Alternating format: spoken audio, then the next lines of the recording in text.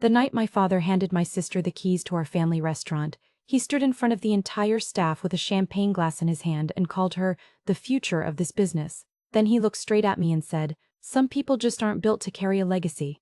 I still remember how quiet the room became after that.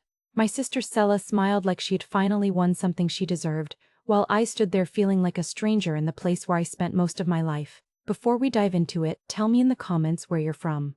I love seeing the different places people tune in from. And if you're new here, don't forget to subscribe so you don't miss more stories like this. My name is Bryn Hale.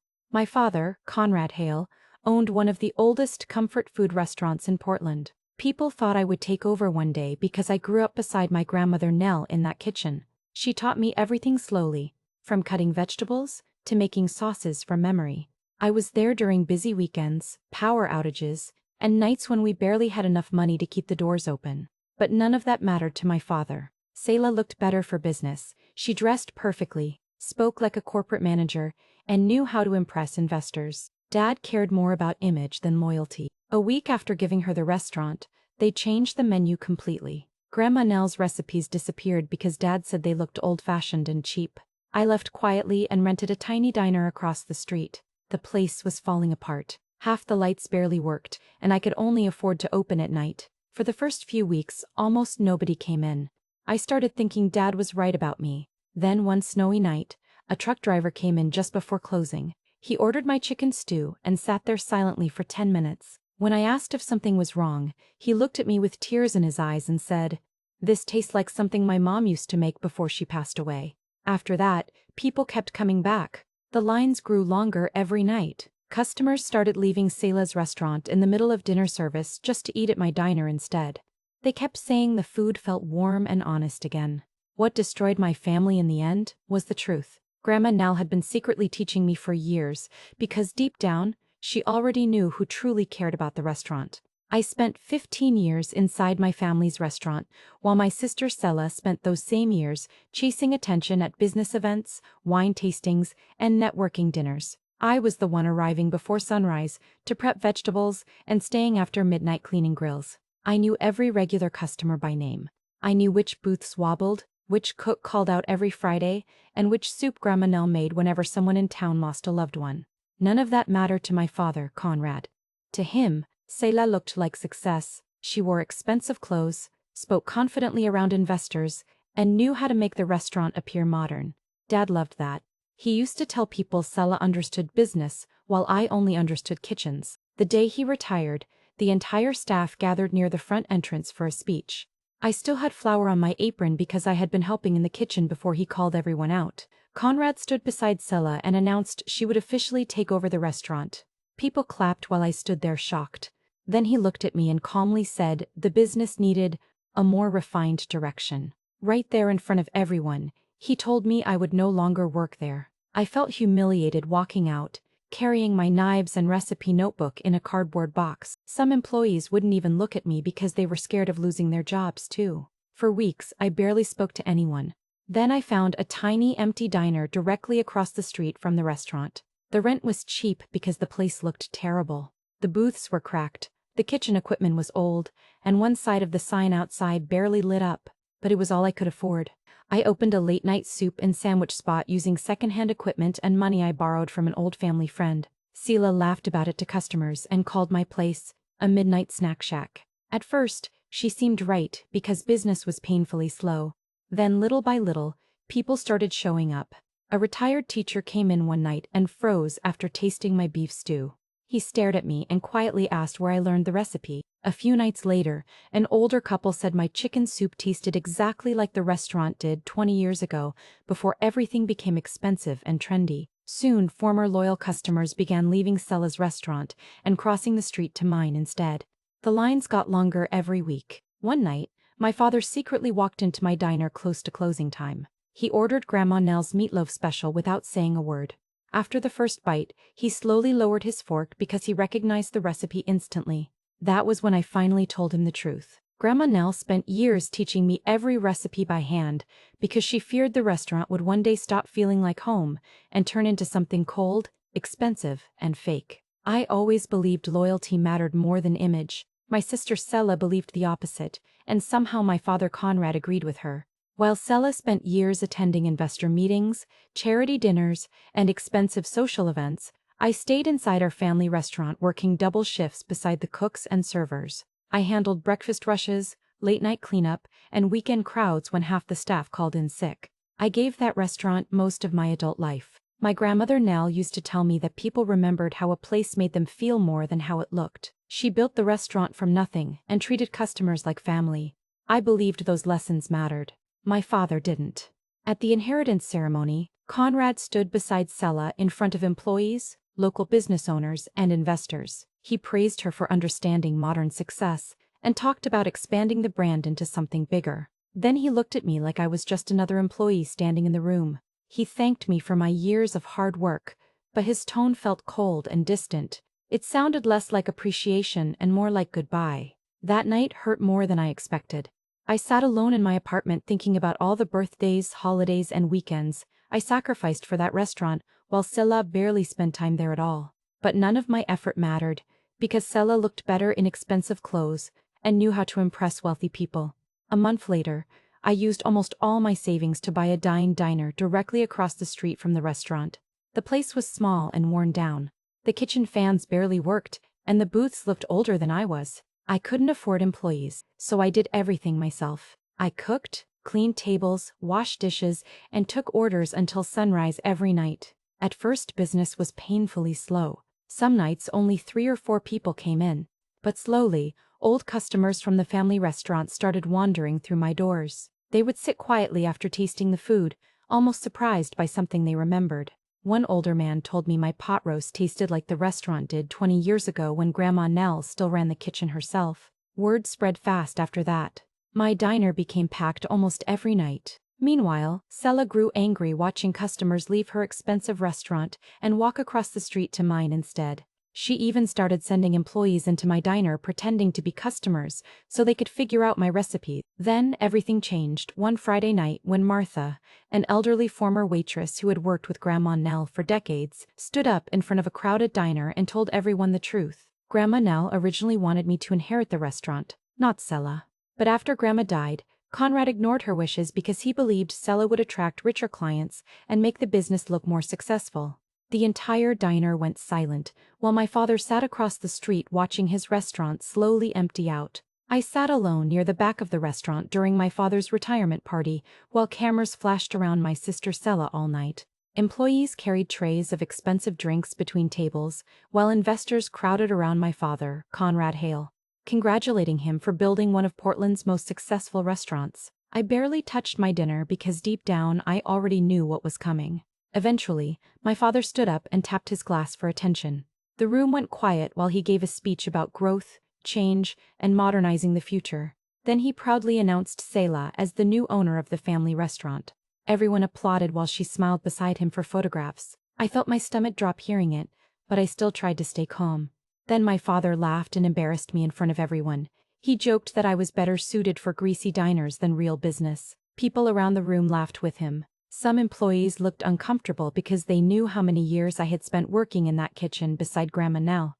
I quietly stood up and walked out before dessert was even served. For weeks after that night, I barely talked to anyone. I used almost all my savings to rent a tiny late-night grill directly across the street from the family restaurant. The place looked rough. Half the lights barely worked, the booths were old, and the kitchen equipment constantly broke down. I had almost no money left after repairs and supplies. Most nights I cooked alone until sunrise. I cleaned tables, washed dishes, and handled orders by myself because I couldn't afford employees yet. At first business was terrible. Some nights I made so little money that I questioned whether opening the diner had been a mistake. Then one freezing evening, a nurse walked into my diner after finishing a long hospital shift. She looked exhausted and ordered my meatloaf special. After the first bite, she stopped eating and stared at the plate quietly for a few seconds. I thought something was wrong until she looked up at me and said, "This tastes exactly like the restaurant used to before it changed." She came back 2 nights later with coworkers from the hospital. After that, more customers started showing up every evening.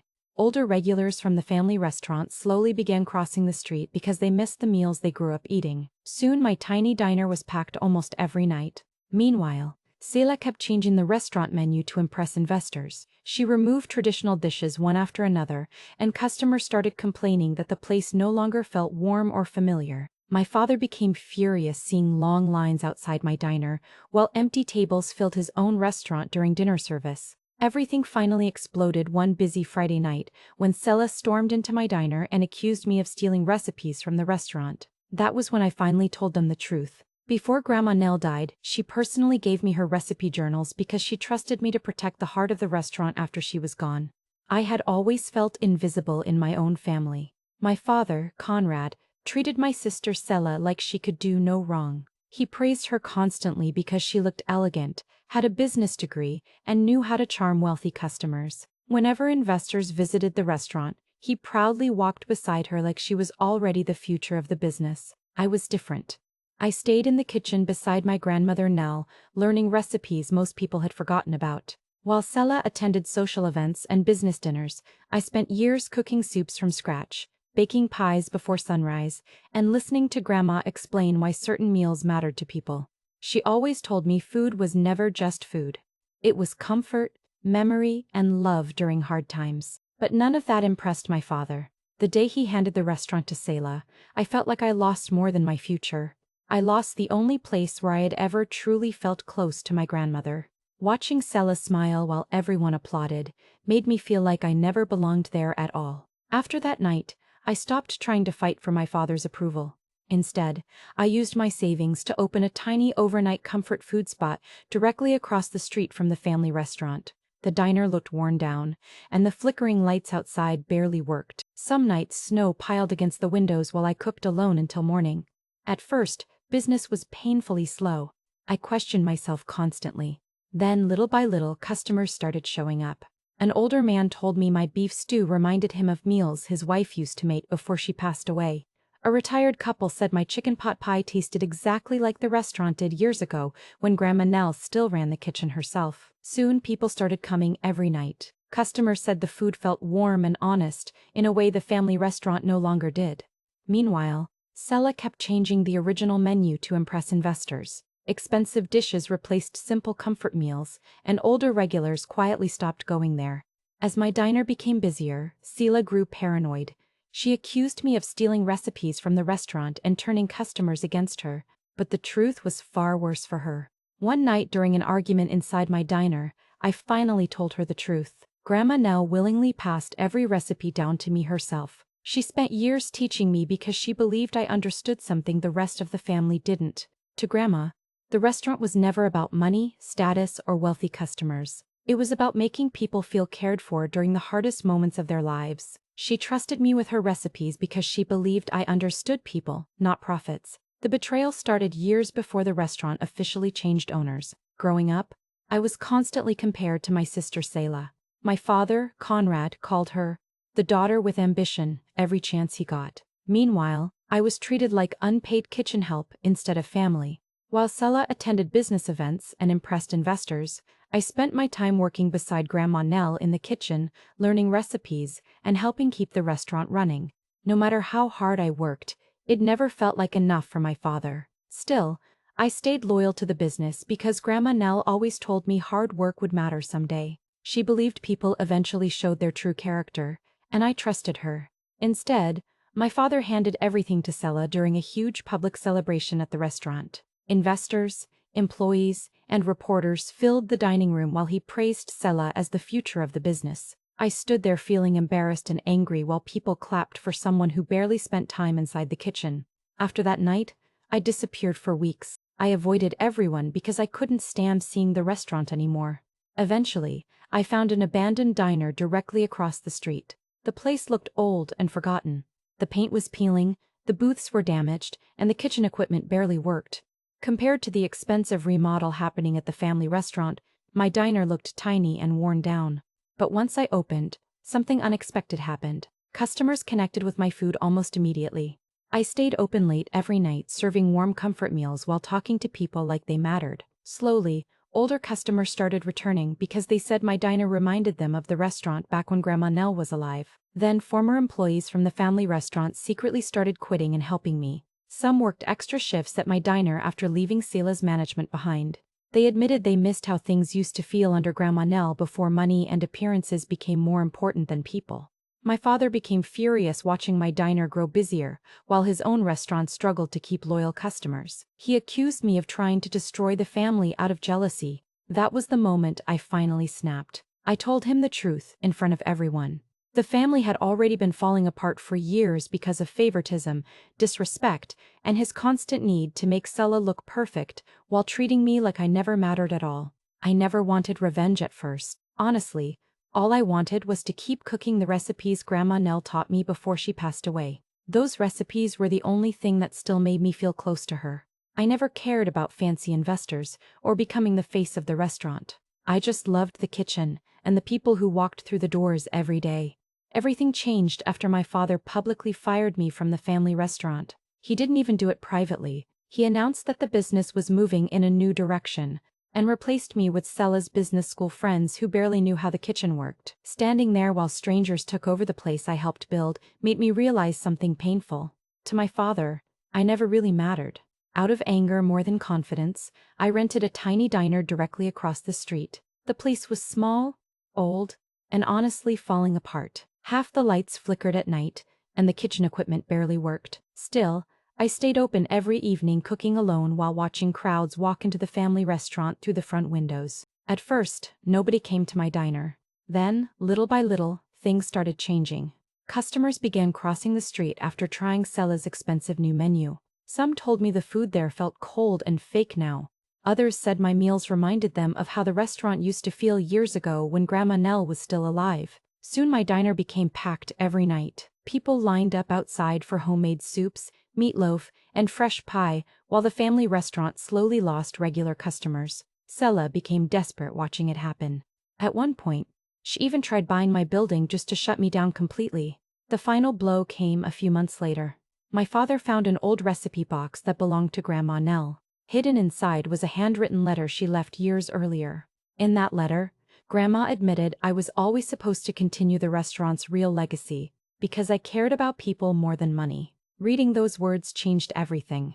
For the first time in my life, I finally understood that Grandma had seen my worth even when my own father refused to. I spent most of my childhood beside Grandma Nell in the kitchen, while my sister Sela did everything possible to avoid kitchen work. Grandma taught me recipes slowly, one dish at a time. She showed me how to make soup from scratch, bake bread before sunrise, and season food without measuring anything. Some of my favorite memories were standing beside her, while the restaurant slowly filled with customers every morning. Sela never cared about any of that. She hated smelling like food and complained whenever Grandma asked her to help. But none of it mattered to my father, Conrad. To him, Sela represented success because she looked polished and confident around wealthy investors. He believed image mattered more than the people actually cooking the meals. During the official ownership transfer of the restaurant, my father embarrassed me in front of employees and business partners. While praising Sela, he looked directly at me and said, "Cooking isn't enough anymore." That sentence stayed in my head for weeks. After losing the restaurant, I used my savings to open a small overnight diner directly across the street. The place looked rough. The booths were cracked, the floors were old, and the neon sign outside barely worked. Most people ignored it completely at first. I spent long nights cooking alone while watching customers walk into the restaurant that used to feel like home. Then one freezing winter night, an elderly couple came into my diner just before closing time. They ordered Grandma Nell's beef stew recipe without realizing where it came from. After the first bite, they looked at each other in shock. The husband quietly told me the stew tasted exactly like the restaurant did years ago before everything changed. A few days later, they returned with friends. Then more people started showing up every night. Customers kept saying, my diner felt warm and familiar while the family restaurant now felt expensive and distant. Soon the place became packed. Sela couldn't handle it. She accused me of stealing recipes, sabotaging the restaurant, and trying to ruin the family business. But eventually, older staff members finally spoke up. They admitted I had done most of the cooking at the family restaurant for years, while Sela mostly handled appearances, meetings, and investors. Hearing the truth finally come out in front of everyone was the first time I felt truly seen by the people around me. I thought losing the family restaurant would be the worst pain of my life. I was wrong. The real pain came later when I overheard my father, Conrad, talking to investors during a private dinner. I was only a few feet away carrying trays from the kitchen when he laughed and said he only had one daughter truly capable of success. He was talking about Selah. He said it so casually, like I wasn't even there listening. That moment hurt more than losing the restaurant itself. After that night, I stopped hoping my father would ever see me differently. I took the old cookware Grandma Nell used for years and secretly saved before the restaurant remodel threw everything away. Then I opened a tiny comfort food diner directly across the street. The place was small, outdated, and honestly nothing special to look at, but it felt real to me. At first, business moved slowly. Then customers started drifting over after trying Selah's expensive new menu. People complained the restaurant no longer felt warm or welcoming. They missed the simple meals Grandma Nell used to make. My diner slowly became crowded every night, while the family restaurant started losing regular customers. The rivalry turned personal one evening, when Selah finally crossed the street and walked into my diner herself. She ordered quietly and barely looked at me while eating. But after the first bite, I saw the expression on her face change immediately. She recognized Grandma Nell's recipes right away. That was when she realized Grandma trusted me with everything instead of her. Selah left furious and demanded our father shut my diner down before I destroyed their business completely. But something unexpected happened after that. Late at night, after the restaurant closed, my father quietly started coming into my diner alone. He never stayed long, but I noticed he always ordered Grandma Nell's old recipes. I think deep down he finally understood he had destroyed the original restaurant chasing money, investors, and status instead of protecting what made it special in the first place. I spent years believing loyalty to family would eventually mean something. I worked beside Grandma Nell in the kitchen for most of my life while my sister Selah focused on appearances, investors, and media attention.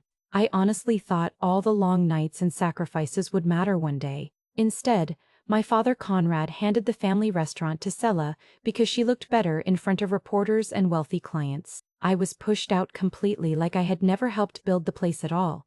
Losing the restaurant felt like losing the last connection I had to Grandma Nell. She taught me everything I knew about cooking and treated the restaurant like a second home for anyone who walked through the doors. After she passed away, the restaurant slowly became more focused on money and image than people. With nowhere else to go, I borrowed money from an old family friend and opened a tiny late-night diner directly across the street. The place was small and worn down, but I filled it with Grandma's handwritten recipes and the cookware she used for years. I stayed open late, serving homemade soups, meatloaf, sandwiches, and fresh pie to anyone who came in. Slowly, people started noticing the difference. Customers said my diner felt warm, personal, and real, compared to Selah's polished restaurant. Older regulars returned because they missed the comfort they used to feel years ago under Grandma Nell. Some nights, people waited outside in the cold just for a bowl of soup and a quiet place to sit. As my diner became more successful, Selah grew obsessed with figuring out why customers kept leaving her restaurant for mine. She accused me of stealing recipes and trying to ruin the family business. The constant fighting started tearing the family apart. Everything finally came to a head one busy evening when Selah demanded to know why Grandma trusted me more than her. That was when I finally told the truth in front of everyone. Grandma Nell never wanted the restaurant to become trendy or corporate. She wanted it to stay a place where lonely people, tired workers, and struggling families could walk in and feel at home for a little while. And deep down, she knew I was the only one who truly understood that. If this story hit you emotionally, don't forget to like, subscribe, and share it with someone who loves real-life betrayal and revenge stories. And tell me in the comments, whose side were you on in this story?